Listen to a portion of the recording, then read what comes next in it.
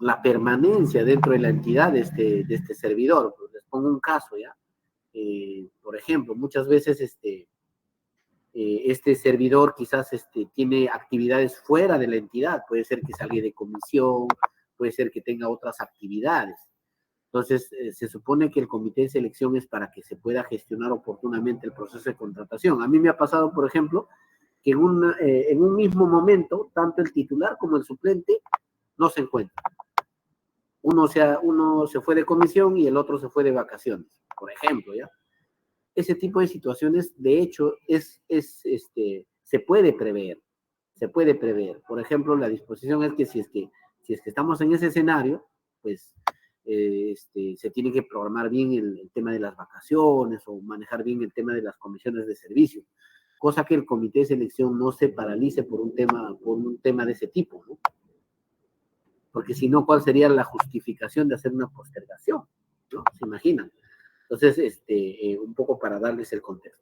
Entonces, finalmente, quien propone dentro ya de la entidad, quién va a ser el comité de selección es el OEC y el área usuaria. ¿Qué más? La responsabilidad del comité de selección. Está de más decirlo, de que el comité de selección es responsable de manera solidaria. Todos los miembros tienen las mismas atribuciones, voz y voto, o sea, no tiene jerarquía, a pesar de que se cuenta con un presidente, prácticamente es para presidir nada más, pero ellos tienen la misma potestad, ¿no? Voz y voto, sin ninguna jerarquía de por medio. De hecho, cuando uno actúa como comité de selección, lo tiene que hacer de manera honesta, proba, transparente e imparcial. Estas cualidades lo señala el propio reglamento, ¿no? Más que cualidades son ciertas, es como si fueran principios, ¿no? Por ejemplo, probidad, honestidad, transparencia, son valores, ¿no? Por decirlo menos, que obviamente el comité de selección la tiene que tener y la debe cumplir, ¿no? En lo posible tenemos que evitar conflictos de interés, corrupción en cualquier índole dentro del desarrollo de nuestra actuación como comité de selección. Su actuación culmina, dice, con la buena pro consentida y administrativamente firme o la cancelación del procedimiento de selección. Es cierto, ¿eh? O sea, una vez que ya se consienta la buena pro o quede administrativamente firme, este segundo escenario se da cuando, por ejemplo, algún postor no ha estado de acuerdo, apeló, presentó su recurso de apelación o bien al tribunal o bien a la propia entidad, y luego de esa apelación se emite una resolución. Lo que resuelve esa resolución agota la vía administrativa, ¿no? Entonces, en muchos casos, confirma la buena pro. Entonces, con esa confirmación queda administrativamente firme esa buena pro, ¿no? O sea, ya no cabe impugnación alguna. O también cuando se cancela el procedimiento de selección.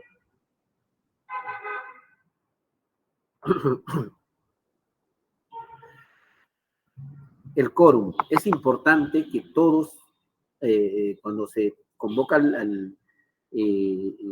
las reuniones, tiene que haber quórum, ¿no?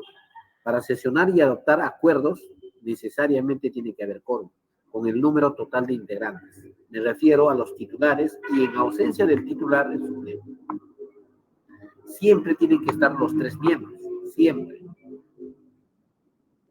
No puede darse de que por ahí falte un miembro. O sea, el quórum tiene que estar con el comité, con los integrantes completos del comité de selección. Ahí se genera el quórum. Ahora, la norma no nos señala que tiene que ser presencial físicamente. Y esto también en algunas ocasiones me han estado preguntando, ¿no? ¿Puedo hacerlo virtual? Por supuesto que sí. En la pandemia, prácticamente los comités de selección nos juntábamos virtualmente y eso a la fecha lo seguimos manteniendo, al menos en algunas entidades. Caso mío, por ejemplo, utilizamos el Meet, el Zoom, el Teams, y finalmente se genera quórum. Y a través de ello, obviamente, se toman acuerdos.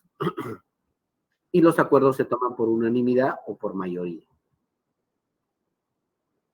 Doctor, una consulta. Sí. La norma dice que por caso fortuito o por fuerza mayor, creo que es la renuncia. Después no hay otro.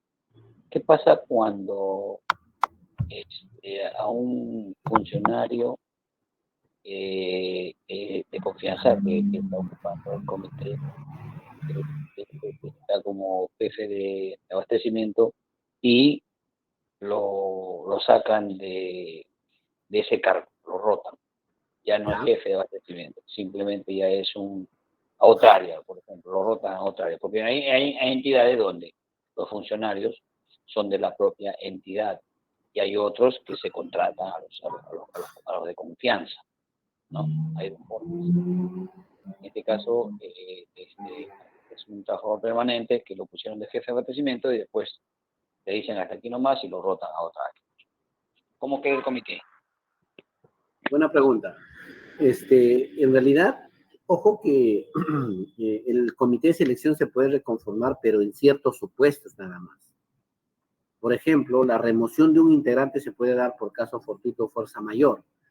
Y desarrollar este concepto de caso fortuito o fuerza mayor, obviamente la norma de contrataciones y reiteradas opiniones del OCE señalan de que este contexto se da cuando estamos en una situación extraordinaria, imprevisible, irresistible, tal cual dice el Código Civil, ¿no? Entonces, ese caso fortuito fuerza mayor tiene que darse si es que eventualmente queremos remover a alguno de los miembros del comité de selección. Por ejemplo, ¿ya? Durante la pandemia, muchos de nosotros, de los servidores públicos, hemos estado propensos a contagiarnos con el virus, ¿no? En muchos casos, esto ha generado de que incluso lleguen pues a estar internados, ¿no? Por ejemplo, esa situación causa en un caso fortuito fuerza mayor. Ponte que uno de los miembros, o tanto titular y suplente, han sido afectados y se han sido internados. Así fuera el titular nada más, ha sido internado. Ya el comité está incompleto, se tiene que gestionar una recomposición del comité, pero tiene que haber de por medio, por ejemplo, en este primer supuesto, esa justificación. Cese en el servicio. O sea, que ya no tienes vínculo laboral con la entidad, o sea, ya no trabajas en la entidad. Eso también implica de que se reconforme, porque si tenías cargo de confianza, ya no estás, ya te quitaron la confianza y ya no laboras en la entidad. Ahora, el caso que plantea su compañero es que se le quitó la confianza, pero está trabajando todavía dentro de la entidad. Para mí eso no amerita recomposición, porque todavía tiene vínculo laboral, ¿no? Vínculo laboral, entonces puede continuar desarrollando su labor como comité de selección. Ahora, es cierto, ¿no? La norma nos dice, uno, que provenga del órgano encargado de las contrataciones, pero en la conformación, en la designación, ha sido parte del comité, del órgano encargado de las contrataciones, ¿no? Ha sido parte del órgano encargado de las contrataciones. Por ahí yo miré. Conflictos de interés, nuevamente, siempre que esté debidamente motivado. Pongo un ejemplo. Supongamos, ya, yo me designaron como comité, elaboré las bases, todo perfecto, convocamos el procedimiento de selección y, oh casualidad, se registra la empresa del padrino de mi hijo, del padrino de mi hijo, o sea, mi compadre se registra, o sea, su empresa de mi compadre. Esa relación de compadre no genera impedimento.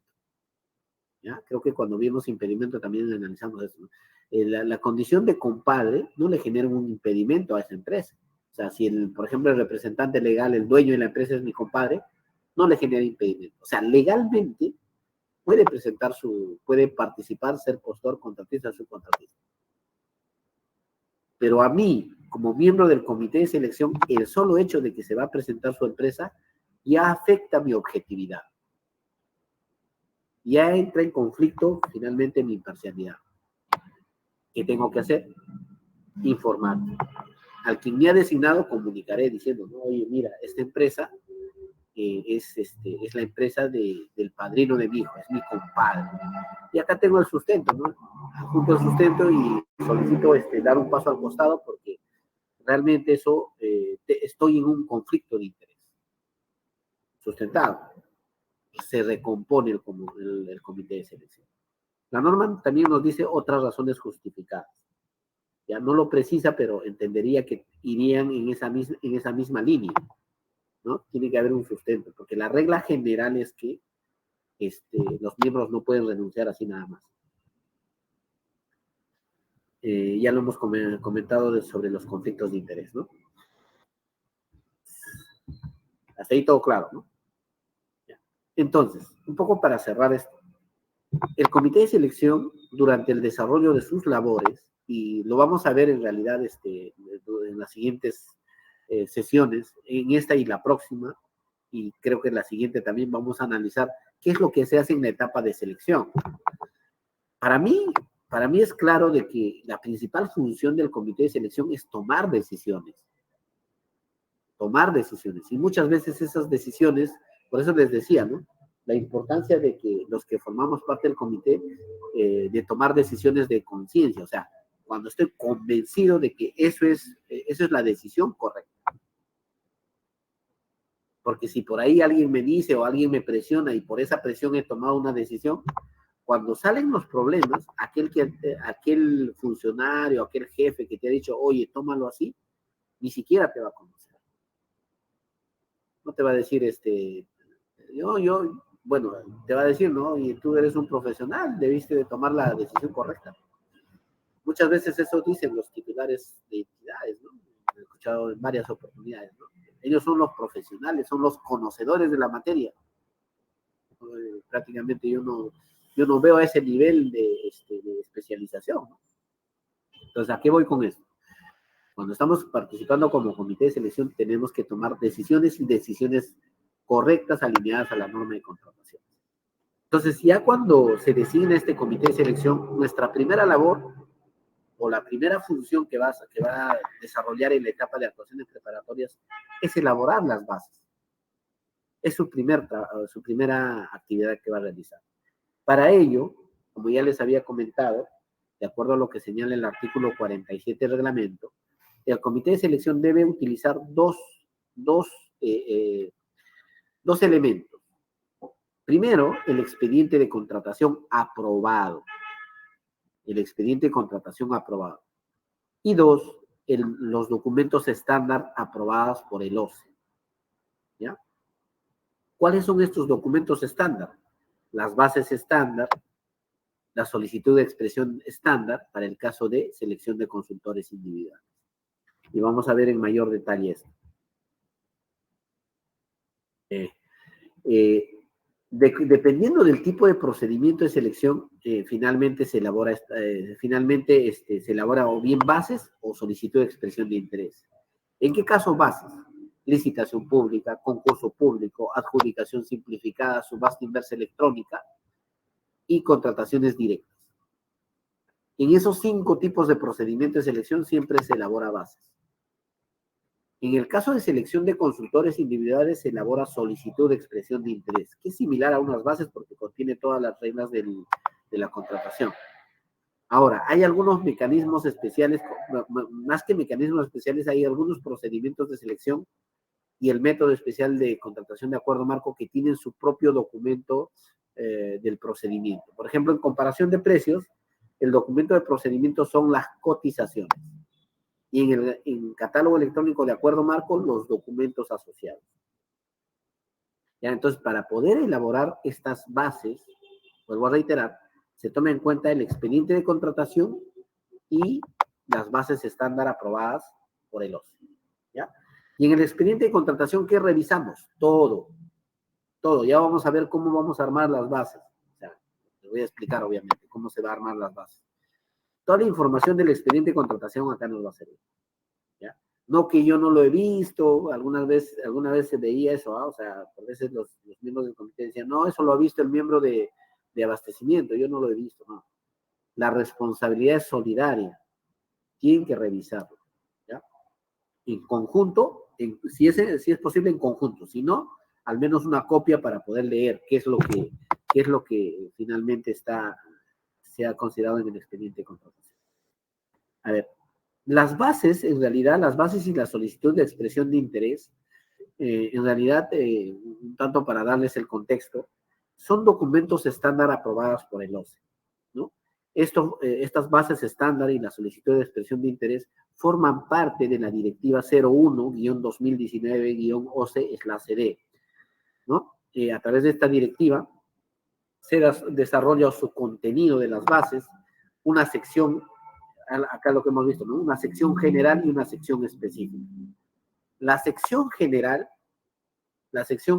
bajo sanción de nulidad, no se puede quitar ni agregar nada, es decir, no se puede modificar nada. Hay que entenderlo eso, ¿ya?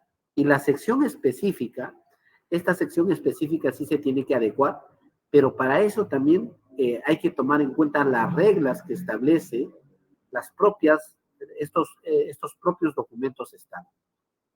Comento esto porque, bueno, el año 2012, septiembre del 2012, se saca la primera versión de estas bases estándar, ¿ya? Del año 2012, fíjense lo que les voy a comentar. Antes del año de septiembre del 2012, se tenía bases estándar, pero esas bases estándar no estaban diseñadas como las que estamos viendo ahora. O sea, no tenía una sección general, una sección específica, eran solamente bases estándar.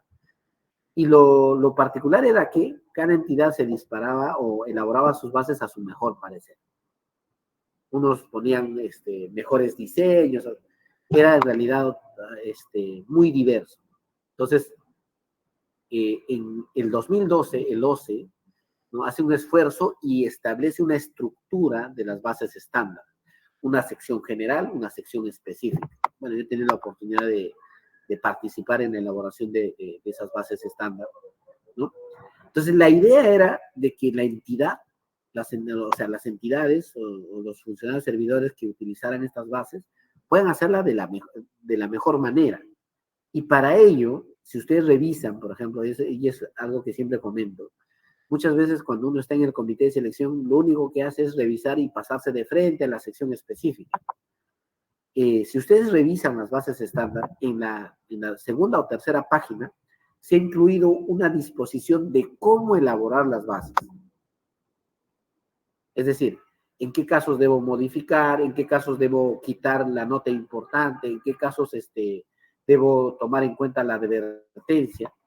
Toda esa disposición está en la primera parte de las bases estándar. Y se los aseguro, muchos que han elaborado bases ni siquiera lo han visto. Lo digo por experiencia, porque muchas veces les pregunto a los especialistas, oye, ¿por qué no has quitado esto? Pero ¿dónde dice que debo quitar? Allá, no has revisado bien pues las bases estándar, ¿no? Las bases estándar en la segunda página, segunda o tercera página, establece todas estas disposiciones, ¿no? Nos dice, notas importantes. ¿Cuándo debemos considerar estas notas importantes y para qué sirven? Por ejemplo, las notas que dicen importante, esas notas de color azul no se deben suprimir, porque das información importante tanto para la entidad como para el proveedor. Por ejemplo, te dice, ¿no? No se absolverán consultas y observaciones a las bases que se presentan en forma física, porque se absuelven o se consultan a través del SEACE, ¿no? También hay otra nota de color rojo, advertencia. Este tipo de notas, tanto entidad como proveedor, tenemos que tomarlo muy, muy en cuenta, porque te da una alerta para que tú puedas hacer el cumplimiento de alguna disposición de la norma. Por ejemplo, el tema de la garantía de fiel cumplimiento. Esta nota, esta advertencia, por ejemplo, siempre la van a encontrar en la sección general. Hay varias partes donde está este tipo de notas, pero una de las notas es relacionado al tema de las garantías de fiel cumplimiento. Te dice, ¿no? Los funcionarios de la entidad no deben aceptar garantías emitidas bajo condiciones distintas a las establecidas en el presente numeral, debiendo tener en cuenta lo siguiente. Y te dice, ¿no? Una serie de disposiciones. Aparte de ello, te precisa en rojo grande, te dice que la entidad se tiene que asegurar de que la garantía de fiel cumplimiento que está presentando el contratista, perdón, el postor ganador de la buena pro para el perfeccionamiento del contrato, tiene que ser corroborada su autenticidad. Lo puedes hacer por medio escrito, por medio telefónico, pero te tienes que asegurar que esa garantía sea veraz. Fíjense, al perfeccionamiento del contrato. Esa advertencia está en la sección general de las bases. ¿Ya? Entonces, este tipo de advertencias de color rojo, ni siquiera, no lo debes retirar ni suprimir. Tienes que tomarlo en cuenta. Revisa lo que dice y debes cumplirlo.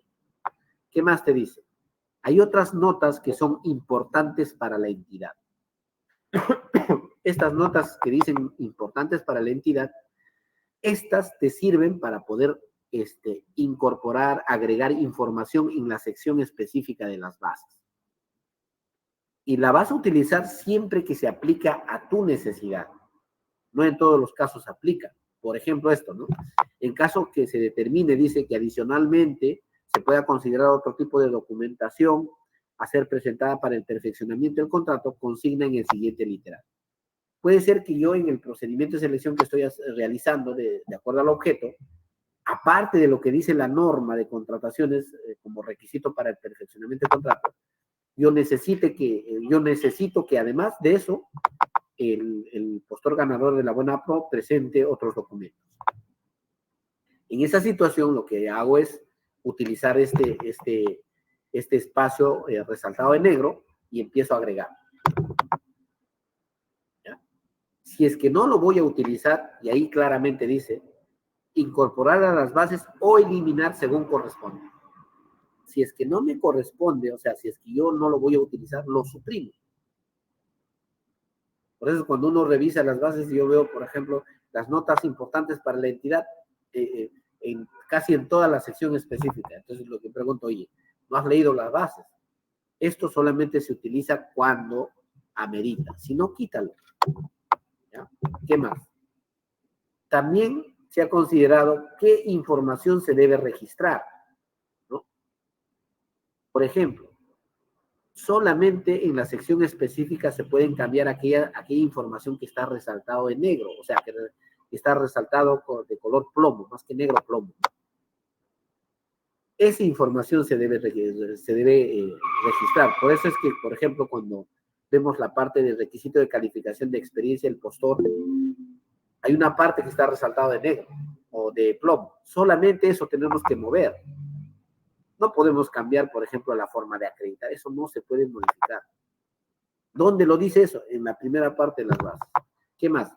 Hay algunos espacios que la vamos a tener que registrar que están de color claro, que no están resaltadas como la parte de arriba, que la vamos a registrar ya cuando conocemos quién es el postor ganador de la buena o con quién vamos a perfeccionar el contrato. Y ese tipo de espacios lo dejamos en blanco. Principalmente está en la proforma del contrato. Ahí no hay necesidad de registrar los espacios en blanco. ¿Ya? Con toda esa disposición se entendía, o sea, se suponía, ya les había comentado, se suponía que los que van a utilizar las bases lo tenían que utilizar de esa manera, pero uno cuando va y revisa bases no necesariamente es así. Por ejemplo, esta nota importante que les hice ver, dice lo que les había comentado, ¿no? El funcionario competente debe verificar la autenticidad de la garantía a través de los mecanismos establecidos, ¿no? Consulta web, teléfono.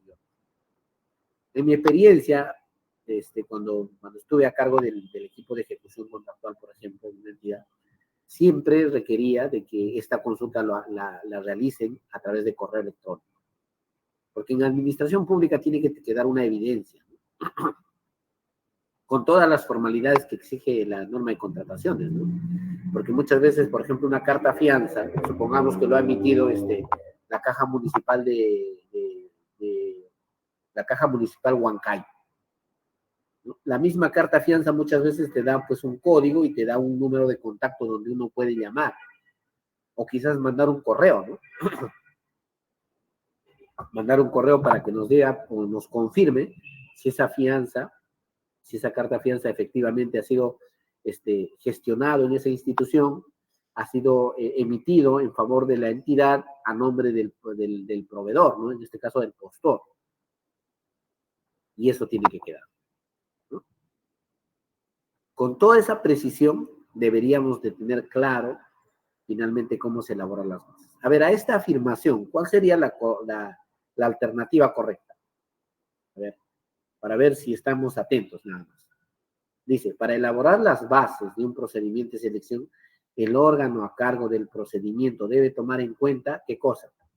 Ya lo he dicho algo de 2 veces. ¿Cuál sería la alternativa correcta?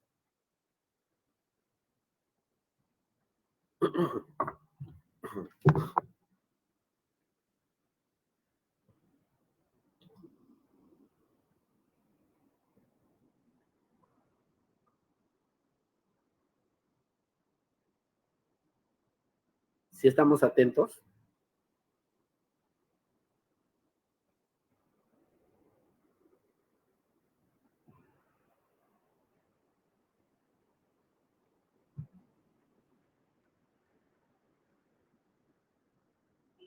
¿Cuál sería la alternativa correcta?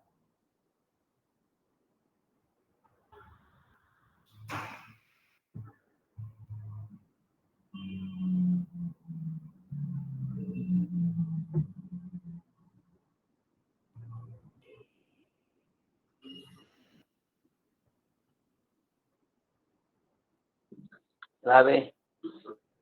La B, las bases estándar aprobadas por el OCE y la información técnica y económica contenida en el expediente de contratación aprobado. Muy bien, muchas gracias por tu participación. Efectivamente, ese es el documento que debemos tomar en cuenta, ¿no? Entonces, vamos a seguir. Entonces, el contenido de las bases es esto, ¿no? De acuerdo al artículo 48 del reglamento, las bases tienen este contenido. Denominación de la contratación, especificaciones técnicas, todo el requerimiento, valor referencial en caso de consultoría de obras y obras, su límite superior, inferior, si está afecto a exoneración del IGB, tenemos que establecer el límite inferior, superior, con y sin IGB. O sea, hay una serie de información que tenemos que incluir dentro de las bases. Y justamente es lo que vamos a hacer. La misma lógica en el contenido mínimo de la solicitud de expresión de interés, ¿no? Estándar que la norma maneja, ¿no? Entonces queda claro que para poder elaborar las bases tenemos que tomar en cuenta el expediente de contratación aprobado y las bases estándar aprobadas por el OCE. Ojo, la última versión. ¿A qué me refiero? La última versión que tenemos de las bases estándar es la del 28 de octubre del año pasado, del 2022, de acuerdo a la modificación que se dio con el decreto supremo, no recuerdo el número del decreto supremo, creo que es la 284, si no recuerdo. Estas bases, pues, son las que están vigentes, ¿ya? ¿Qué pasa si utilizo unas bases que no están vigentes? Alta probabilidad de declarar la nulidad del procedimiento. Ya ha pasado, ¿ah? En 28 de octubre, luego que entró en vigencia estas bases, pasó un par de días, me llamaron diciendo, consultándome, ¿no? Y, profesor, mira, he convocado mi procedimiento, pero no me di cuenta y he utilizado las bases versión anterior. Eso definitivamente genera nulidad, ¿ya? Entonces, ahora vamos a pasar un poquito a ver cómo se elaboran las bases. La sección general ya ni siquiera lo debemos tocar, pero ¿qué contiene esa sección general? Sí no debemos tocarlo, pero sí debemos leer, revisarlo. ¿Por qué? En esa sección general lo que se incorpora o lo que se ha incorporado son las disposiciones generales que regulan el procedimiento de selección. Ahí uno va a encontrar, por ejemplo, los plazos,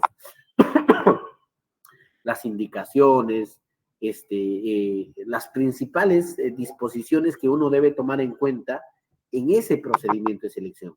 Si estoy en una licitación, si estoy en una adjudicación simplificada, si estoy en una subasta inversa, ¿no? Esas disposiciones están establecidas en la sección general. La sección específica, esta sección específica sí, la vamos a tener que elaborar. El comité de selección la elabora, tomando en cuenta nuevamente, reitero, el expediente de contratación. Esta sección específica está estructurado en capítulos. Capítulo 1, 2, 3, 4, 5 y los anexos. El capítulo 1 nos habla de las generalidades. En este primer capítulo, en realidad, la información es general relacionado a la entidad y al proceso de contratación, al procedimiento de selección, para ser claro. Por ejemplo, ingresamos los datos de la entidad, correo electrónico, con qué documento se aprobó el expediente de contratación, qué sistema de contratación es, ¿qué otra cosa más? Por ejemplo, el monto a pagar por el derecho de una copia de las bases, o sea, información general. Información general. Algo resaltante en esta parte es, por ejemplo, en caso de obras y consultoría de obras, en esta parte se incluye, por ejemplo, el valor referencial. ¿Ya? Eso, por ejemplo, es importante. El valor referencial con límite superior y límite inferior, ¿no? Ahí también hay que tener cuidado, porque esos límites, ¿quién la determina o quién la define? El comité de selección. No el área usuaria, no ¿cómo se llama? No el órgano encargado de las contrataciones, sino sobre la base del valor referencial que tenemos, pues el comité de selección tiene que precisar claramente cuál es el límite superior e inferior, con sus 2 decimales, y tomando en cuenta las reglas que establece la norma para los redondeos, ¿no? Si el límite inferior, por ejemplo, tiene más de 2 decimales, es decir, 3 o más, la norma señala que al segundo decimal agregas un número. Lo agregas 1. El límite inferior, el límite superior queda en 2 decimales, tal cual. O sea, consideras el segundo decimal sin agregar nada. O sea, esas reglas tenemos que tener claro al momento de plantear las bases. Entonces, yo comité de selección tengo que definir límite inferior y superior. Y lo mismo, ¿no? Muchas entidades o muchas entidades van a ejecutar, por ejemplo, obras o una consultoría de obra en zonas donde está el beneficio de la exoneración del IGB. Llámese Huánuco, por ejemplo, toda la parte de la selva, ¿no? Huánuco, por ahí, Pico María, Iquitos, o sea, a ver, ¿qué otra región? Tarapoto, más que regiones, hay toda una zona de la Amazonía que está afecto al beneficio de la exoneración del IGB. Por ejemplo, si vemos de que efectivamente hay ese beneficio en ese sector donde vamos a ejecutar la obra, por ejemplo, ahí tenemos que establecer los límites del valor referencial con y sin IGB. De la misma manera, con la misma regla, ¿no? El inferior, si hay más de 2 decimales, al segundo agrego 1 y límite superior dejo en 2 decimales. Esa regla tenemos que aplicar. Eso es lo más resaltante en el capítulo 1 en caso de obras y consultoría de obras. Luego de ello, iniciamos con el capítulo 2. En el capítulo 2 ya se pone un poquito más interesante la información y les voy a explicar más o menos qué contiene, ¿no? Vamos acá. En el capítulo 2, en realidad ya la información se vuelve un poco más interesante. El capítulo 2 contiene, por ejemplo, la información o los documentos de presentación obligatoria que debe proporcionar el postor. O sea, acá ya está la documentación que debe presentar en su oferta. Por ejemplo, por lo general acá es declaraciones juradas, ¿eh? Declaraciones juradas. Por ejemplo, la declaración jurada de los datos del postor, documento que acredita la representación. Es decir, por ejemplo, si es persona jurídica, la vigencia de poder; si es persona natural, la copia del DNI.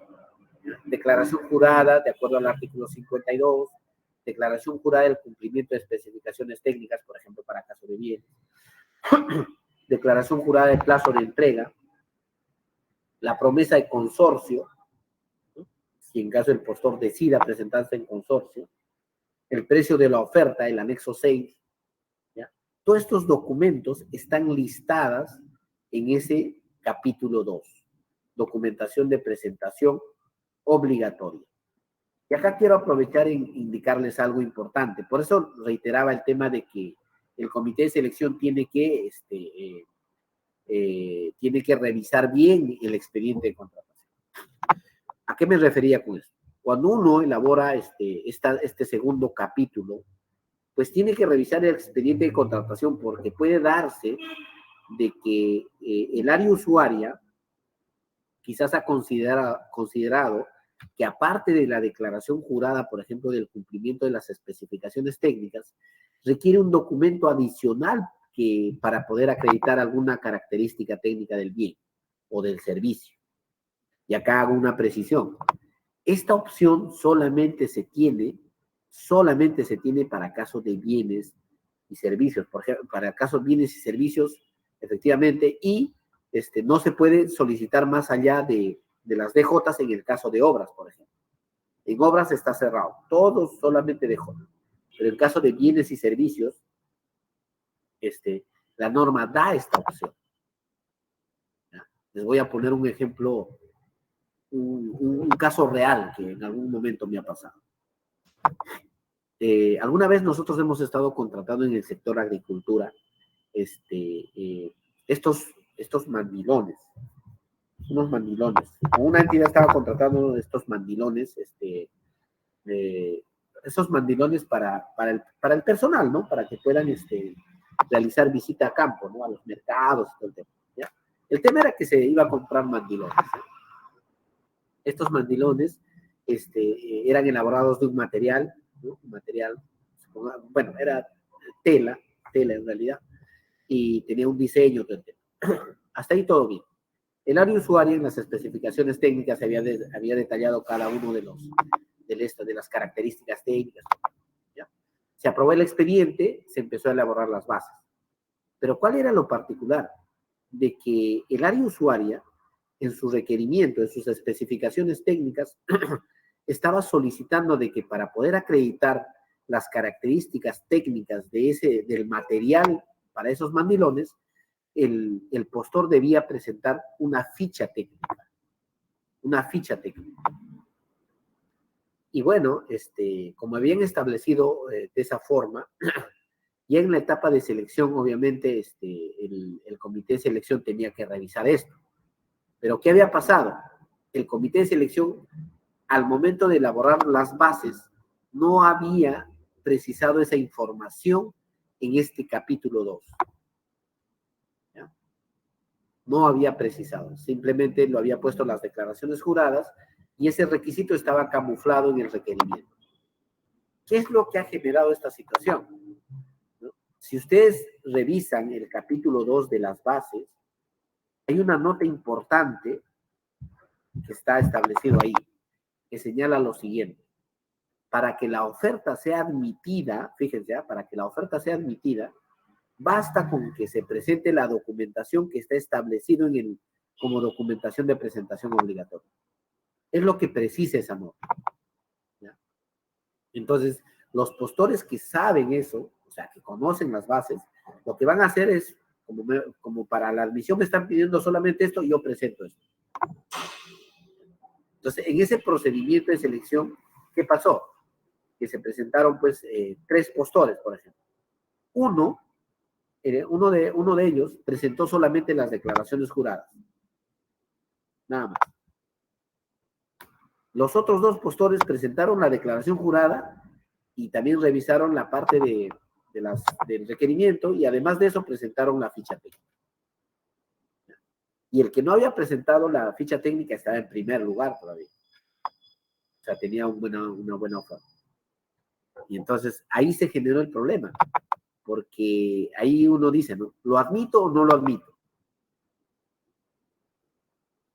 Porque no ha presentado la ficha técnica. No ha presentado la ficha técnica.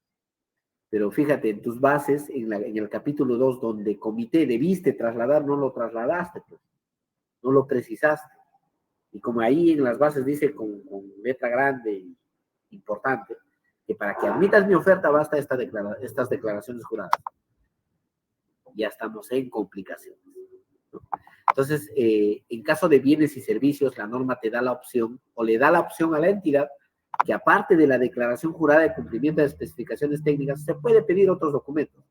Pero cuando el comité empieza a elaborar las bases, esos documentos lo traslada como documentación de presentación obligatoria. Tiene que trasladar. ¿Ya? Primero aspecto a tomar en cuenta.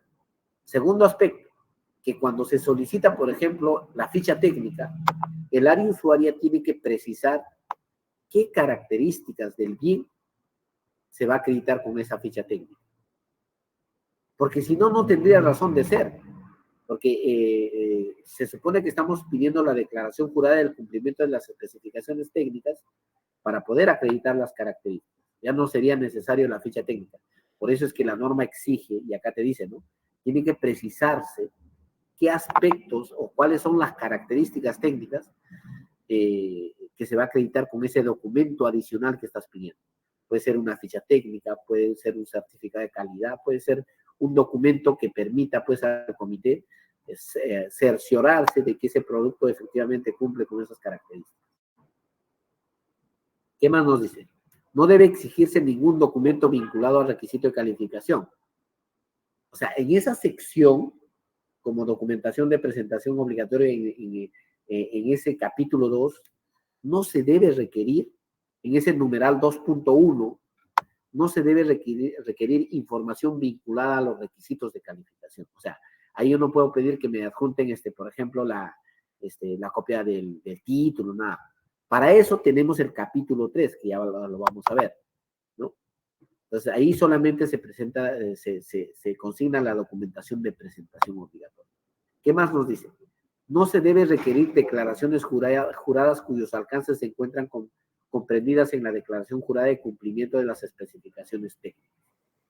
O sea, muchas veces el área usuaria, quizás con el afán de poder, ¿cómo se llama?, de asegurarse, entre comillas, de que el proveedor cumpla, aparte de la declaración jurada de cumplimiento de las especificaciones técnicas, por ejemplo, requiere pues otras declaraciones juradas, ¿no?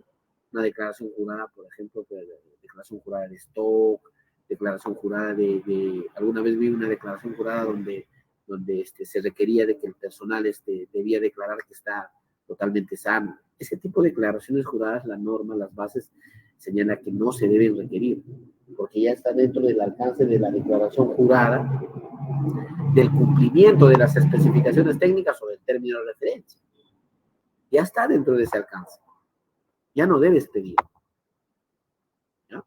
¿Qué más? Cuando excepcionalmente nos dice la entidad requiere la presentación de muestras, la entidad puede pedir muestras, ¿ah? Puede pedir muestras. ¿No? Pero cuando yo pido muestras, yo tengo que establecer una serie de condiciones desde las bases para que quede claro tanto para la entidad como para el proveedor cómo se va a verificar esa muestra. Por ejemplo, estamos comprando prendas de vestir y quiero una muestra de la tela. ¿Puedo pedir? Sí, puedo pedir. Pido la muestra de la tela, pero el tema es que tengo que establecer claramente cuál es la metodología, el mecanismo de prueba que debo utilizar para que de manera objetiva me diga si cumple o no cumple con una determinada característica. Si no puedo establecer eso, mejor no pido muestra, porque tiene que ser objetivo, no puede ser a discreción del comité. Alguna vez vi, pidieron una muestra y la verificación, la metodología decía, verificación ocular. Eso no es objetivo, porque yo puedo ver de una manera y el otro puede ver de otra manera. Tiene que ser objetivo, ¿no? Y esa disposición también está dentro de la base. Ese es el capítulo, ojo, capítulo 2 de las bases. Ahora sí, pasamos al capítulo 3. El capítulo 3 de las bases contiene el requerimiento. Acá sí están las especificaciones técnicas, los requisitos de calificación. En este capítulo 3, bueno, en la práctica, ¿cómo es que elaboramos este capítulo 3? Principalmente la entidad lo que hace en caso de bienes y servicios, por ejemplo, es copiar toda la información. O sea, capturamos en imagen y trasladamos la información. Pero ahí también hay que tener cuidado, ¿no? Tiene que estar la información correcta, suficiente y bien clara, ¿no? En caso de obras, por lo general el expediente técnico de obra lo adjuntamos como parte de un anexo. Es más, ahora la norma exige de que ese expediente técnico de obra se registre en el SEACE de manera obligatoria. Entonces, ese capítulo 3 también está conformado por el expediente técnico de obra. Entonces, acá no hay mucho tema que hacer, simplemente es trasladar, ¿no? Entonces, ese es el capítulo 3. A ver, antes de pasar al capítulo 4. Bueno, esto ya lo habíamos preguntado, creo, la sesión anterior. A ver, ¿qué les parece esta pregunta?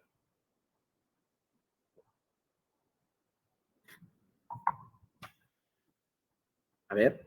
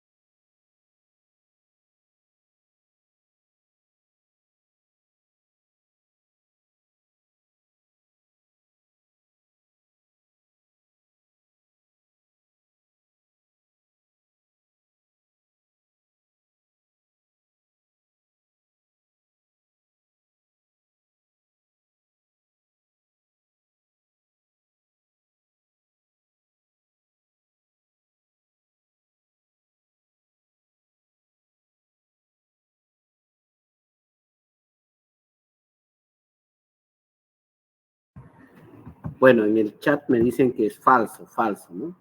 Muy bien. No sé qué pasó con el audio, pero ya volvió. Un lapsus ahí pequeño. Entonces dice, los requisitos de calificación son elaborados por... No, es totalmente falso. Muy bien. Entonces, cerramos el capítulo 3. El capítulo 4 ya corresponde a la formulación de los factores de evaluación. Y acá, antes de pasar a ver los factores de evaluación, quería hacer un hincapié sobre todo respecto de la diferencia entre lo que es un requisito de calificación y un factor de evaluación. Creo que ya con la respuesta que me han dado, sabemos que los requisitos de calificación lo elabora el área usuaria y forma parte del requerimiento, ¿ya? Pero a diferencia de estos requisitos de calificación, los factores de evaluación, ¿no? Lo elabora el comité de selección. Entonces, desde ahí nomás todavía hay que diferenciar, ¿no? Requisito de calificación es elaborado por el área usuaria, factores de evaluación es elaborado por el comité de selección. Requisito de calificación tiene por objetivo medir las capacidades del proveedor y factores de evaluación son criterios que nos permiten, fíjense lo que les voy a decir, valorar una oferta. Valorar una oferta asignando puntajes, ¿ya? Esa es la diferencia. Una cosa es requisito de calificación y otra muy diferente, factores de evaluación. Ahora, también hay que tomar en cuenta los momentos en los que se elabora. Requisitos de calificación lo elabora el área usuaria al momento de plantear el requerimiento. Los factores de evaluación son elaborados por el comité de selección o el órgano a cargo del procedimiento al momento de elaborar las bases. En este momento, ahí formulamos los factores de evaluación, ¿ya? Esa diferencia no se olviden, porque una cosa es requisito de calificación y otra muy diferente. ¿Y en qué momento se aplica? Los requisitos y los factores de evaluación lo aplicamos en la etapa de selección. ¿Quién lo aplica? El comité de selección, ¿ya? Por eso es que en el caso en particular de los requisitos de calificación, si no están bien elaborados, la consecuencia se la va a llevar el comité de selección. Creo que en la sesión pasada les comentaba sobre un caso de servicio de fotocopiado, donde una mala definición de los similares definitivamente ha generado complicaciones al comité de selección. Y de eso hay, o sea, hay un montón de casuísticas. Si ustedes revisan las resoluciones del tribunal, muchos de los cuestionamientos que hacen los postores y apelan es porque por ahí el comité de selección no ha tomado una buena decisión porque está ambiguo el requisito de calificación. Por ejemplo, los similares. ¿Ya? Por eso digo, muchas consecuencias que se dan ya en la etapa de selección se generan al momento de elaborar el requerimiento, ¿ya? Entonces, tanto los requisitos de calificación como los factores de evaluación lo aplicamos en la etapa selectiva. Los requisitos de calificación nos sirven para poder calificar y los factores de evaluación para poder evaluar. O sea, es decir, valorar la oferta asignando puntajes. ¿Ya? Hecho esa precisión, ahora sí vamos a entrar a los factores de evaluación. ¿Ya? Eso en el entendido de esta pirámide. O sea, no se olviden que estamos desarrollando esta pirámide.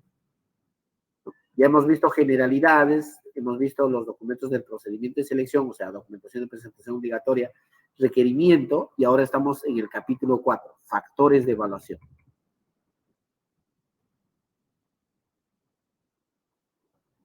Factores de evaluación. Hemos definido ya los factores de evaluación son aquellos criterios que permiten valorar una oferta.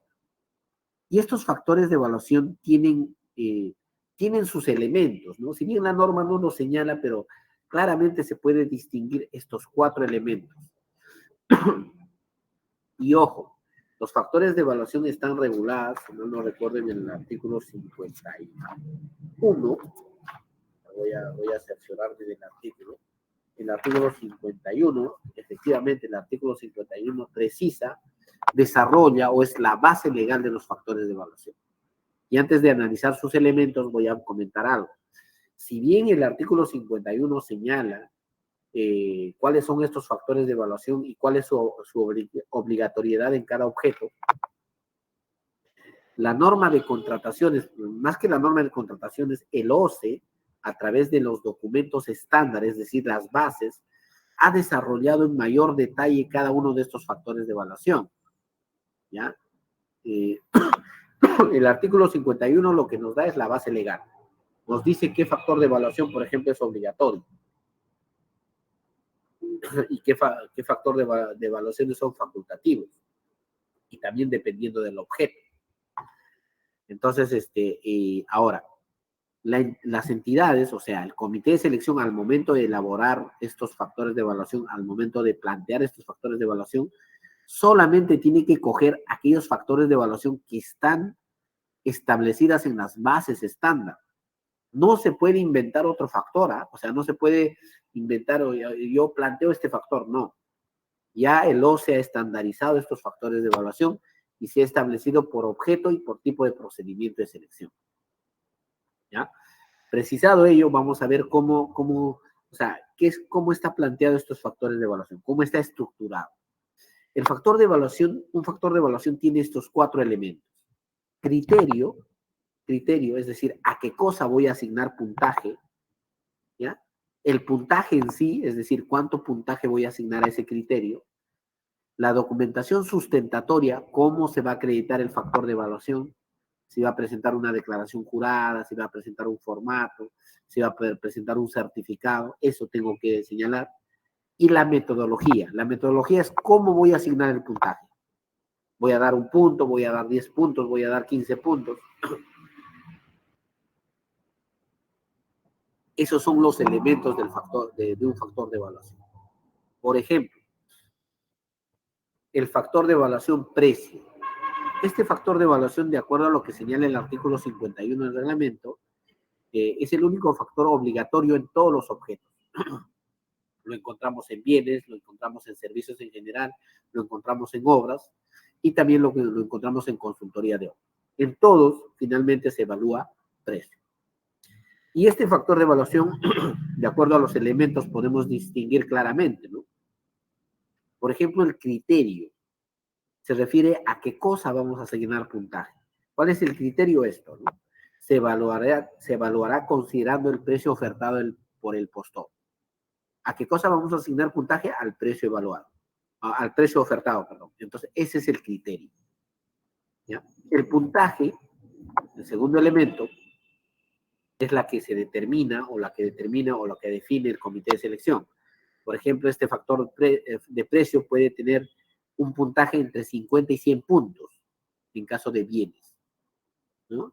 Bienes, servicios en general y otros. Y en caso de consultorías, a 100 puntos, sobre la base de 100 puntos, ¿no? Entonces, segundo elemento que también está, documento que acredita. Para acreditar el factor de evaluación precio se presenta el anexo 6. Anexo 6 de la oferta económica, que también está dentro de las bases. Y la metodología para asignar puntaje es esta. Una fórmula que está establecido también, si mal no recuerdo, en el artículo 51, no está en el 51, recuerdo el artículo específico del factor precio, el 74, el artículo 74 del reglamento, ahí está establecido la metodología de asignación de puntaje. Es una fórmula de inversamente proporcional, y eso lo vamos a explicar en la parte de selección, cuando vamos a evaluar una oferta, ¿ya? Pero estos son los elementos de un factor de evaluación. Ahora, cuando uno plantea el factor de evaluación, el artículo 50 del reglamento, nos precisa que debemos tomar en consideración ciertos aspectos, sobre todo para plantear los factores de evaluación.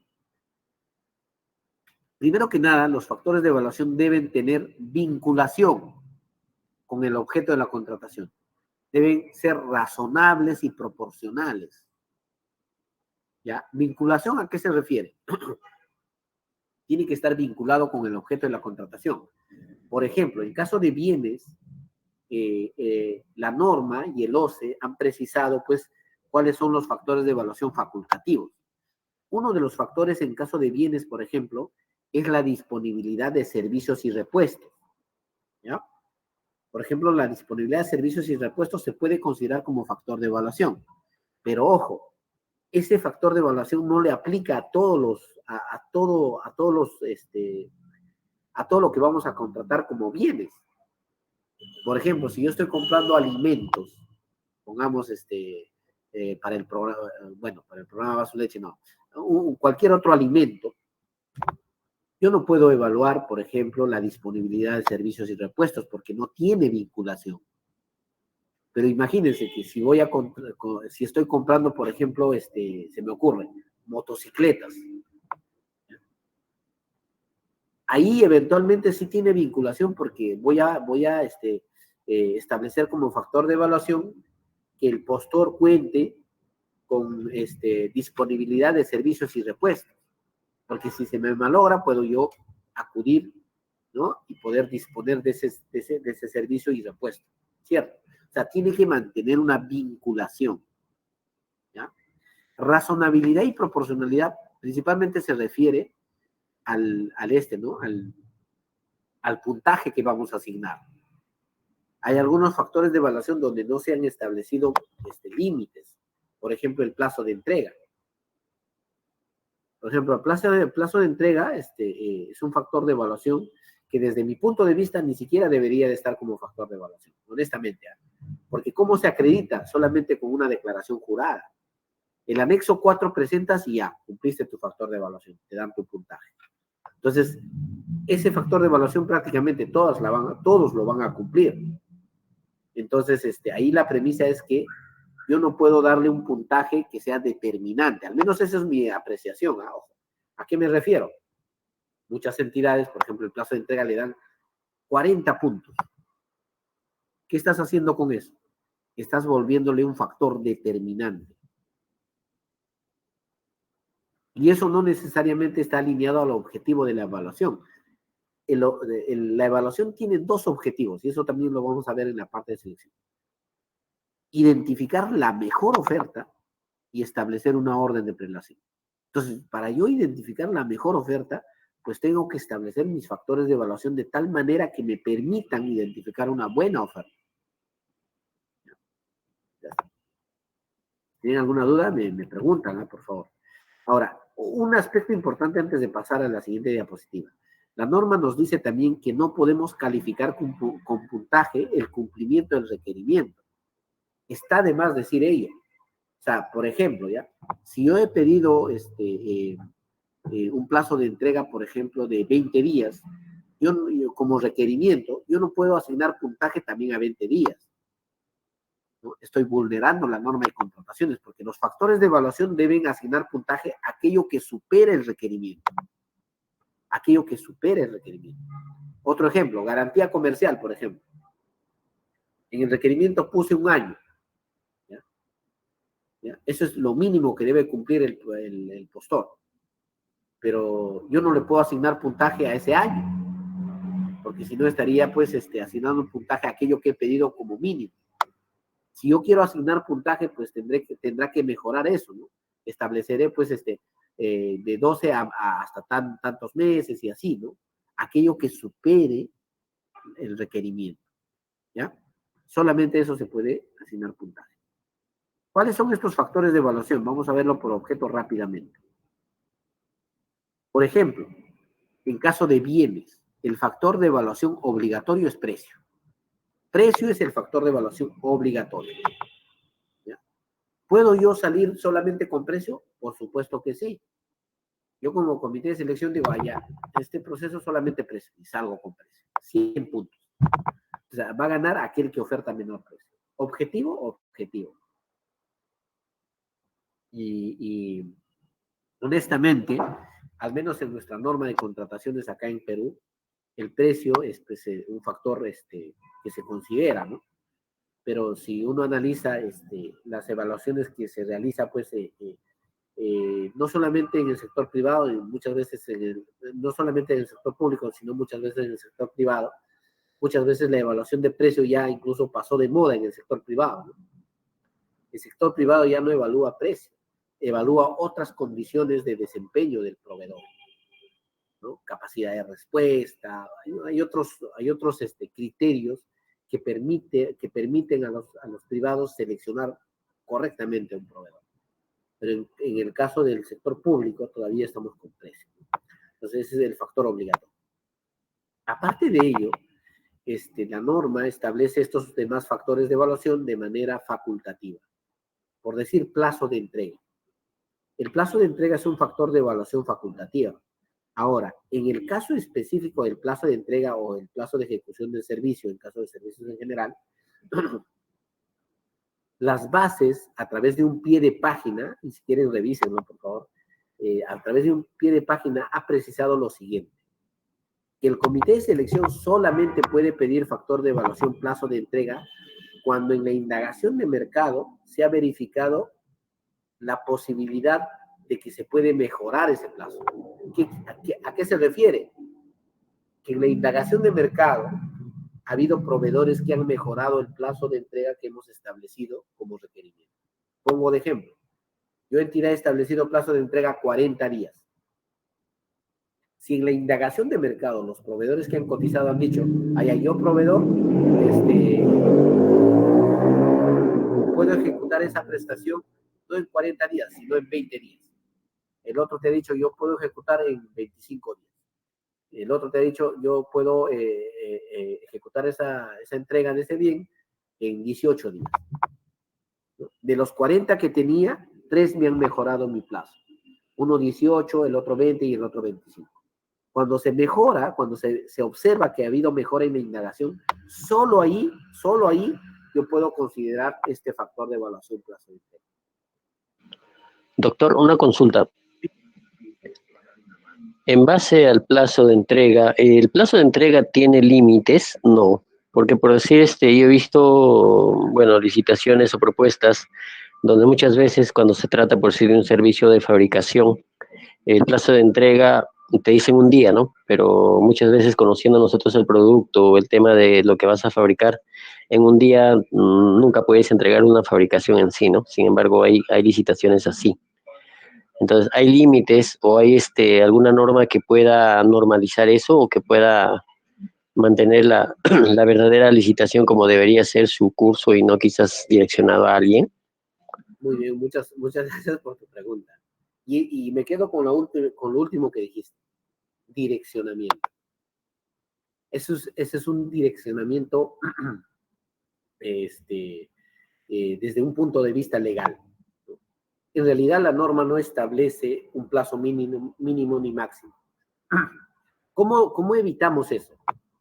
Primero, en la etapa de indagación de mercado, se debería de observar ese plazo, ¿no? Como bien dice su compañero, por ejemplo, hay muchos bienes que sabemos que tienen que pasar por una fabricación.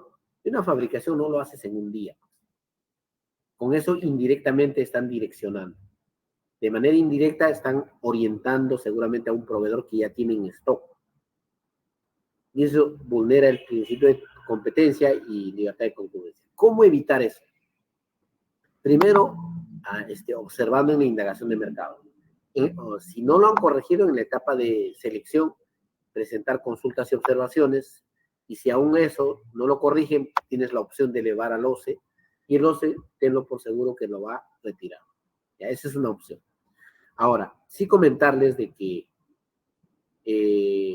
al menos en mi experiencia, por ejemplo, hay ciertos productos que hemos contratado nosotros que generan importación. Entonces, el plazo de entrega que debe establecer el área usuaria tiene que ser razonable, en el sentido de que, oye, si es un producto que en el Perú ni siquiera fabricamos, caso de los equipos de ingeniería, pues, por ejemplo, ahí me había puesto el plazo de entrega 30 días, pero los proveedores en la indagación de mercado prácticamente observaron ese plazo. Lo primero que dijeron es, oye, pero solamente la importación me toma ese plazo. Solamente la importación. Ahora, de eso a el desaduanaje y todo lo demás implica tanto tiempo. Entonces, de acuerdo a esa observación, finalmente el área usuaria tiene que ajustar, ¿no? Si es 60 días, si es 90 días, ¿no? Es decir, no podemos establecer un plazo que no responde a la realidad. Yo no puedo pedir 2 días cuando sé que ese producto se va a fabricar o se va a importar y va a requerir por lo menos 20 o 30 días. Eso no se puede hacer porque estaríamos vulnerando el principio de libertad, concurrencia y competencia. Y las opciones que tenemos como proveedores es esto, observar en la etapa de indagación, en la etapa de selección, o si no, elevarlo al OCE. Esa es la opción. O también establecer presentar un documento al OCE para que pueda realizar una acción de supervisión de oficio, ¿no? Indicando ello, ¿no? Oye, hay esto en este requerimiento y yo que conozco el mercado, me dedico a este rubro, sé que ese producto no se puede fabricar en un día, ¿no? Esa opción tendríamos, ¿no? Poder superar esa situación. No hay una norma que establece un plazo legal respecto de la fabricación o importación. ¿Qué más? Hay otros factores de evaluación, por ejemplo, sostenibilidad ambiental y social, protección social y desarrollo humano, integridad en la contratación pública, que principalmente son ISO, certificaciones ISO. Y obviamente, ¿qué es lo que busca la contratación o qué es lo que busca la norma de contrataciones al establecer esto? Básicamente, lo que se ha buscado es que se pueda premiar a aquellas empresas que puedan cumplir con estas certificaciones. Por ejemplo, el ISO 37001, gestión antisoborno, ¿no? Ahora que estamos con todo este tema de la corrupción, el tema de que debemos ser transparentes, ¿no? Íntegros, a través de este factor de evaluación lo que se busca es pues, de que las empresas puedan obtener esta certificación. Y obtener esta certificación no es sencillo, ¿eh? Al menos a nivel, no sé si a nivel Perú, pero creo que a nivel entidad de nivel nacional, al menos hasta este año tengo entendido, por ejemplo, Contraloría, que es la entidad donde trabajo, nos hemos certificado con el ISO 37001 nuestro proceso de compras, que al menos yo no he visto en otra entidad, honestamente. Yo estuve en OCE se certificó, pero de los órganos de línea, ¿no? Órganos de línea, gestión de riesgos, dirección técnica normativa, ¿no? Pero de su proceso de compras, no. Acá en el Contraloría sí nos hemos certificado del ISO 37001. Entonces, certificarse implica muchas cosas. Desarrollo de lineamientos, procesos claros, puntos de control, fortalecimiento de capacidades del personal y todo lo demás, ¿no? Entonces, si una empresa, un proveedor, obtiene esa certificación, está sujeto, entre otras cosas, a definir políticas antisoborno, está sujeto a establecer lineamientos internos orientados a evitar el tema de corrupción, antisoborno. O sea, va a ser una empresa que de alguna manera va a estar alineada a la integridad. Por eso es que hay opción de que las entidades pueden establecer como factor de evaluación esta certificación, ¿no? Igual en el caso de, por ejemplo, responsabilidad social, el certificado azul que emite la Autoridad Nacional del Agua, la certificación empresa segura y libre de violencia que emite el Ministerio de la Mujer o las empresas promocionales. Lo particular en estos factores de evaluación es que las propias bases han establecido un límite máximo de puntaje. Por ejemplo, en sostenibilidad ambiental y social, máximo 3 puntos. Lo mismo en protección y desarrollo humano, máximo 2 puntos. Gestión antisoborno, 2 puntos. ¿Ya? En los demás factores de evaluación, eventualmente no hay un puntaje máximo. Ahí tenemos garantía comercial, disponibilidad de servicios y repuestos, es lo que les daba el ejemplo, por ejemplo. Capacitación del personal de la entidad, mejoras a las especificaciones técnicas, ¿no? Todos estos son factores de evaluación facultativos a excepción de precio, ¿no? Precio es el único factor de evaluación obligatorio. Por ejemplo, ¿cómo es que se plantea de manera incorrecta un factor de evaluación? Esto, por ejemplo, es una forma incorrecta de plantear un factor de evaluación. Pueden revisar esa resolución del tribunal donde se cuestiona este factor de evaluación, que básicamente lo que está haciendo es calificar aquello que se ha pedido como requerimiento. Ya en evaluación vamos a profundizar el tema de cómo se debe evaluar. A ver, a esta pregunta. En un procedimiento de selección para la contratación de servicios en general, ¿puede considerarse como único factor de evaluación precios? ¿Verdadero o falso?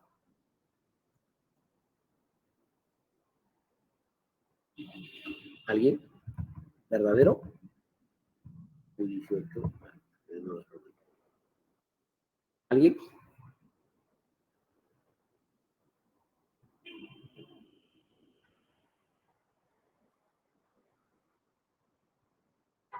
¿Verdadero o falso? ¿Puedo salir solamente con el factor precio? Sí lo hemos comentado, ¿no? Verdadero. Muy bien, verdadero, efectivamente. Es verdadero. O sea, yo puedo salir con el precio nada más, sin ningún problema. Factores de evaluación en servicios en general. Acá se incrementa un poquito los ISOs, ¿no? Factor de evaluación obligatorio, precio, ¿no? Máximo puntaje, puede ser 100, mínimo 50 puntos. También acá tenemos plazo de prestación del servicio, en la misma lógica que les he explicado. Sostenibilidad ambiental se incluye a algunos otros ISOs, por ejemplo, sistema de gestión ambiental, sistema de gestión de energía, ¿no? Se mantiene el tema del factor de evaluación, protección social y desarrollo humano, ISO antisoborno igual, garantía comercial también se considera, capacitación del personal de la entidad, mejoras a los términos de referencia y sistema de gestión de la calidad. Solamente en caso de servicios en general, se considera el ISO 9001 como un factor de evaluación. Acá también máximo puntaje 5. ¿Ya? Entonces ya va a depender del comité de selección finalmente establecer estos factores de evaluación con las precisiones que estamos haciendo, ¿no? Con las precisiones que estamos haciendo. En el caso de consultoría en general, estos son los factores de evaluación. Ya, acá voy a hacer una precisión importante. En el caso de consultorías, a diferencia de bienes, servicios en general y obras, la evaluación, la metodología de la evaluación se hace en dos momentos. Una evaluación técnica y una evaluación económica. Es lo que vamos a ver en la siguiente sesión.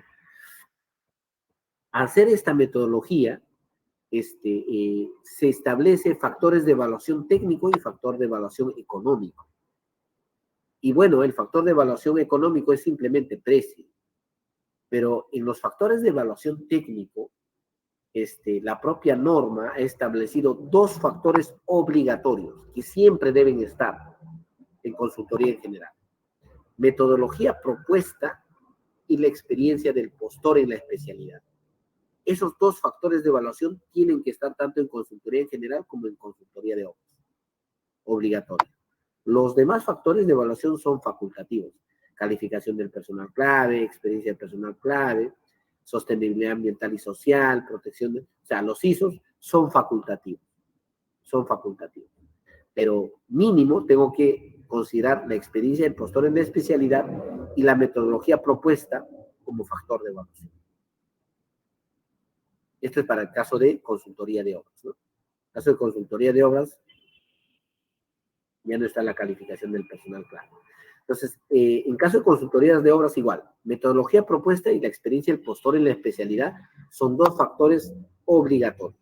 Y ojo, cuando uno plantea estos factores de evaluación, tenemos que seguir el lineamiento que establece las bases estándar. ¿Ya? No sé si he incluido el tema de la metodología. No, ahí está. Sí le he incluido al tema de metodología. Y voy a aprovechar para poder un poco explicarles mejor esta parte. ¿Ya? En consultoría de obras, la experiencia del postor es bastante sencillo de determinar porque hay, inclusive, en un pie de página de las bases se ha desarrollado un ejemplo. Así es que ahí no hay mucha ciencia. El tema es en la metodología propuesta. Y les voy a explicar con un ejemplo. La metodología propuesta es un factor de evaluación que se utiliza en consultoría, ¿no? Esta era una consultoría que estaba gestionando una entidad. Era una dirección regional, ambiental, un tema así. Esta entidad estaba gestionando la elaboración de una consultoría en general. Era un estudio de impacto ambiental, ¿no? Algo así era el estudio. ¿Cuál era el tema, ya? El comité de selección, al momento de plantear los factores de evaluación, por ejemplo, este tema de la metodología propuesta, al momento de diseñar las pautas de la metodología propuesta, solamente había establecido de que para poder asignarle el puntaje, el postor debía de presentar un plan de trabajo. Es decir, como metodología propuesta se había establecido la presentación de un plan de trabajo. Bueno, así se había establecido en las bases, se había integrado y ya estaban en la etapa de evaluación. ¿Ya? En la etapa de evaluación. Durante la evaluación, o sea, al momento de evaluar, se tenía tres postores. Uno de los postores había presentado un plan de trabajo, porque es lo que pedía como metodología, presentar un plan de trabajo. Un plan de trabajo que constaba de 3 páginas, ¿no? En una primera página donde decía plan de trabajo, la segunda página estaba un cronograma en un formato Excel impreso, claro, perdón, digitalizado en el sistema, y algunos hitos, ¿ya? El primer postor. El segundo postor, ¿no? Había presentado un plan de trabajo, pero un plan de trabajo de más de 70 hojas, 70 páginas, ¿ya? Había desarrollado una metodología de cómo se iba a desarrollar la consultoría, ¿no? O sea, el estudio de impacto ambiental, cómo se iba a desarrollar todo ese estudio, ¿no? Había establecido su cronograma en PROY, o sea, había desarrollado toda una metodología, ¿no? Plazos, hitos, ¿no? ¿Qué actividades iba a desarrollar? Y había un tercer postor que había presentado también su plan de trabajo, pero también había presentado solamente 5 hojas, ¿ya? ¿Y cuál era el tema? El tema era, el problema que tenía el comité era cómo iba a asignar el puntaje, y para eso me llaman, ¿no? Me preguntan, mira, tenemos 3 postores, y de los 3, el comité considera que al único que deberíamos de darle el puntaje es al segundo postor, porque ha presentado efectivamente un plan de trabajo con todo lo que necesitamos. Pero a los otros 2, eventualmente estamos evaluando si, cómo finalmente no otorgar el puntaje. Estaban en esa idea y me preguntan, ¿no? ¿Está correcto? ¿Cómo podemos hacer? Me dicen. Entonces, de hecho, yo lo primero que les pregunté, ¿no? ¿Cómo han establecido las pautas de la metodología? Entonces, cuando uno revisaba las bases, solamente decía, para acreditar la metodología propuesta, el postor debía presentar un plan de trabajo. Y cuando ya estamos evaluando, tenemos que ser objetivos. Y ustedes saben que las bases integradas son las reglas de juego. Si las bases dicen que debió de presentar un plan de trabajo, pues tengo que ver si han presentado un plan de trabajo o no. Y de manera objetiva, los tres han presentado un plan de trabajo. Así haya presentado en 3 páginas, los tres tienen plan de trabajo. ¿Qué es lo que ha pasado ahí? Que el comité de selección no ha planteado correctamente la metodología propuesta. Por eso es que cuando ustedes plantean este factor de evaluación, tienen que tener mucho cuidado. Este es otro caso en la que se cuestiona la metodología propuesta. En esta resolución del año 2019 van a encontrar, si desean lo pueden revisar, cómo se cuestiona esta metodología propuesta en una consultoría de obra. Por ejemplo, en este caso, la entidad, el comité de selección, solamente ha establecido estos tres aspectos para plantear una metodología, ¿no? Control de calidad, control de plazo y control económico de obra, ¿no? O sea, no dice más. O sea, yo puedo decir control de calidad o control de plazo y presento un formatito GAN, es mi control de plazo, ¿no? Control de calidad, ya voy a hacer una revisión de los materiales, ¿ya? ¿Listo? O sea, es muy general. Entonces, ¿qué nos dice las bases o qué señalan las bases en este extremo? Dice que el comité de selección tiene que desarrollar las pautas de manera clara para que la evaluación se realice de manera objetiva. Y es lo que precisa el tribunal en esta resolución. Miran lo que dice, vean lo que dice el Tribunal de Contrataciones, ¿no? En esta opinión te dice, ¿no? Es pertinente precisar que las pautas y las directrices que el comité de selección debe establecer en las bases para el desarrollo del contenido mínimo de la metodología tiene por objeto, primero que nada, tiene por objeto delimitar la forma en cómo los postores deben desarrollar la metodología requerida, ¿no? Las cuales además sirven como parámetro objetivo para que el comité de selección analice la metodología presentada. En tal sentido, la omisión de las indicaciones de las mismas en las bases no solo impide a los postores desarrollar una metodología acorde a la exigencia de la entidad, sino que además tiene incidencia en la evaluación que realiza el comité de selección de las metodologías presentadas, pues la misma se sujetaría a la libre discreción y no a reglas definidas en aquellas. O sea, si yo no he definido objetivamente el alcance de cada una de las pautas, difícilmente voy a evaluar objetivamente, de manera objetiva. Y lo dice el mismo tribunal.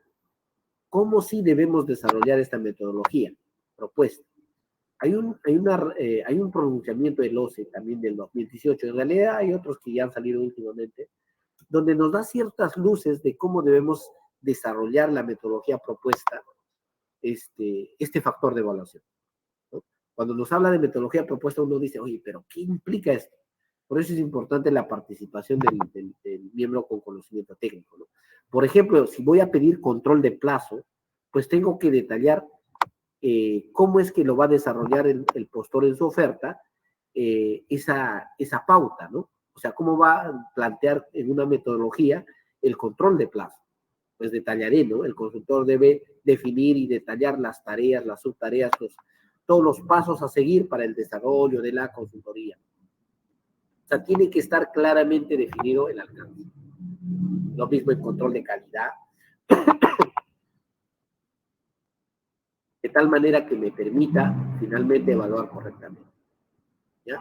Entonces, ese factor de evaluación en caso de consultorías siempre genera dificultades, ¿no? Tanto en la etapa de selección.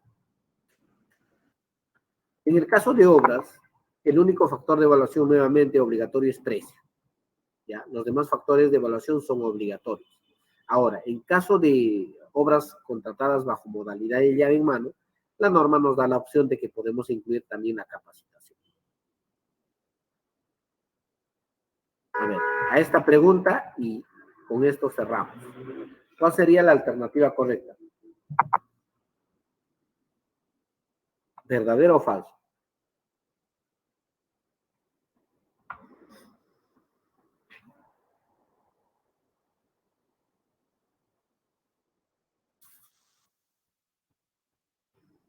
Ya estamos a 3 minutos de terminar la sesión.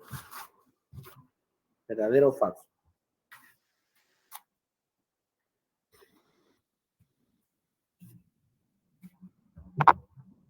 Falso, dice. No son iguales, son diferentes. Muy bien, muy bien. No sé si tienen alguna pregunta. Pensaba iniciar ¿no? El siguiente tema, pero ya estamos con la hora. Creo que era importante precisar estos aspectos del comité de selección, cosa que quede claro los conceptos. Y si tienen alguna duda, nuevamente, están libres de poder consultar, escribir. A ver, me dice el enlace de la asistencia, por favor, hay que compartirla. Si no hay más consultas, nos quedamos en esta parte.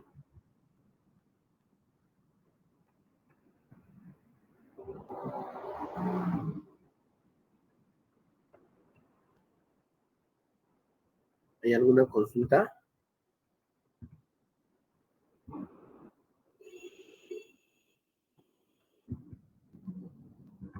Estoy copiando el link de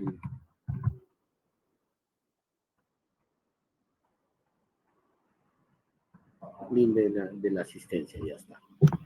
Ya, muy bien. Si no hay preguntas, bueno, nos quedamos en este punto. La siguiente sesión sí nos vamos a enfocar estrictamente en la etapa en la fase de selección, ¿no? Es decir, ya cuando planteamos cada uno de los capítulos hemos visto los elementos, ya no hemos visto los anexos porque prácticamente los anexos son ya parte de las bases, es simplemente registrar. Una vez que ya las bases estén elaboradas, todos los miembros del comité visan esas bases y mandan a aprobar. Aprueban y ya con esa aprobación iniciamos la convocatoria del procedimiento de selección. Muy bien, nos quedamos entonces en esta parte. Yo les agradezco su participación. Nos encontramos la siguiente sesión, creo que es el día sábado. Vamos a empezar a desarrollar ya la siguiente fase del proceso de contratación, la fase de selección. Muchas gracias, que tengan una excelente noche, ¿no? Gracias, doctor. Buenas noches. Ok, muy buenas noches.